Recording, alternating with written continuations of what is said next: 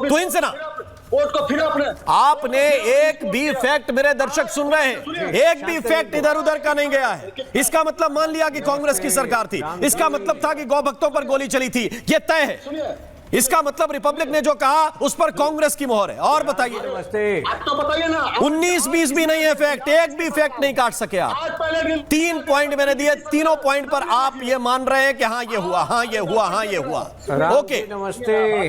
तुहिन Sinha reply कर रहे हैं इस बात को लेकर। तुहिन सिन्हा बताइए, आप लोगों ने पैलेट गन क्यों चलाई? राम जी नमस्ते।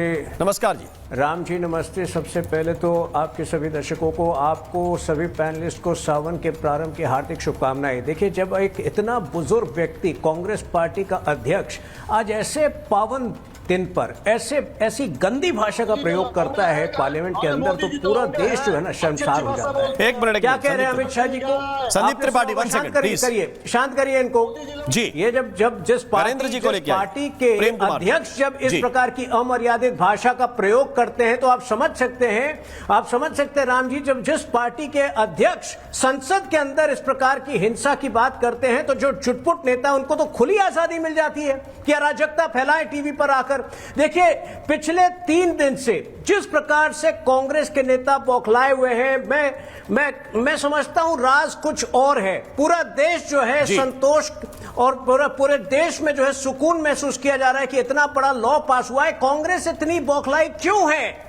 मेरे ख्याल से ये जो सच सामने आया है कि 2900 क्रिमिनल्स उस पूरे प्रोटेस्ट में मौजूद थे और 100 मर्डरर्स मौजूद थे, कहीं ना कहीं अब जांच का विषय यह है कि क्या कांग्रेस पार्टी उनको लेकर आई थी। अन्यथा कोई कारण नहीं है कि कांग्रेस इस प्रकार के तेवर हर दिन पिछले 3 दिन से दिखाए, अनाप शनाप देश के आधे युवाओं को इडियट कह दे। और राम जी, मैं इसलिए भी कह रहा हूं क्योंकि आपको याद होगा आज से 3 दिन पहले सोनम वांगचुक ने पहली बार ट्वीट किया था कि इस पूरे मूवमेंट में कुछ एंटी सोशल एलिमेंट्स घुस गए हैं, और जैसे उनका ट्वीट आया था कांग्रेस द्वारा उन पर प्रहार किया गया था। इमरान मसूद खड़ा होकर कांग्रेस उन पर प्रहार किए थे। तो मेरे ख्याल से आज जांच का विषय यह है कि क्या कांग्रेस उन 100 मर्डरर्स को लेकर आई थी और क्या कोई बहुत बड़ा साजिश करना चाहती थी, देश में कुछ बहुत बड़ा हिंसा फैलाना चाहती थी और जिसने नाकाम हो गई है। अन्यथा इस प्रकार की बौखलाहट का मुझे और कोई कारण नहीं दिख रहा है। आज सुप्रीम कोर्ट ने भी स्पष्ट कर दिया है कि ग्रेडेड रिस्पॉन्स की बात की है।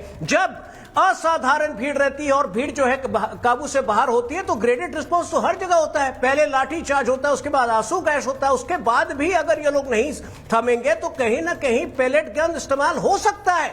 ये सुप्रीम कोर्ट ने कहा है, इनको समझ में नहीं आता सुप्रीम कोर्ट ने क्या कहा है। तो मुझे लगता है कि जिस प्रकार की भाषा ये अमित शाह जी के खिलाफ यूज कर रहे हैं, कहीं ना कहीं सरकार की एक बहुत बड़ी उपलब्धि है कि कोई एक व्यक्ति कभी जान नहीं गया है, पूरी तरह शांतिपूर्वक ये पूरा मसला हल हो गया है। इस बात की फ्रस्ट्रेशन है कांग्रेस पार्टी। ओके, हाँ बताइए। अब मैं ये पूछना चाहता हूँ, हो गया कांग्रेस की बारी, हो गई, वेस्ट कर दिया था समय। इस विधेयक में क्या खास है? 5 चीजें बता दीजिए। गुलुल आके करते हो। अभी बताए कितना बड़ा विधेयक पास हो गया।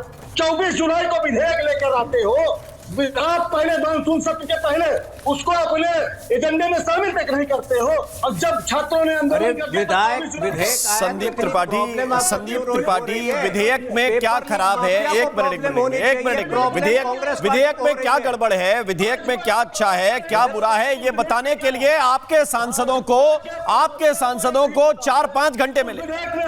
4-5 घंटे मिले ये बताने के लिए। अभी भी राज्यसभा में समय है, ये बता दीजिए जाके कि क्या खराब है। समस्या यह है, नहीं संदीप त्रिपाठी, समस्या यह है कि विधेयक जब बताने की बारी आती है तो आपको मनुस्मृति याद आती है, जब विधेयक बताने की बारी आती है तो आपको गौमूत्र याद आता है, और जब चर्चा गाय पे होती है फिर आपको शिक्षा याद आती है।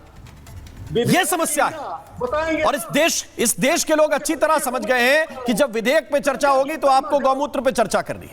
बता रहे हैं दुनिया भर की बात, इतना बड़ा विधेयक। अरे भैया, सारे बताए हैं, 4 दिन से यही बता रहे हैं कि क्या क्या प्रावधान है। आप नहीं पढ़ते हैं तो आपका प्रॉब्लम है भाई। संदीप त्रिपाठी, मैं इसमें टाइम वेस्ट नहीं करना चाहता।